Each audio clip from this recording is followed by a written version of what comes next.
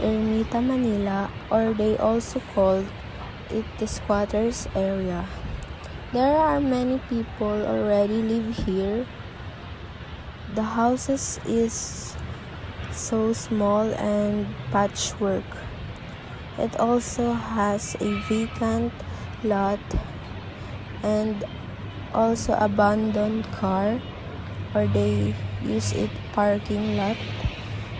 And usually those who live here are poor or incapable in life. That's all, guys. I hope you like this video, and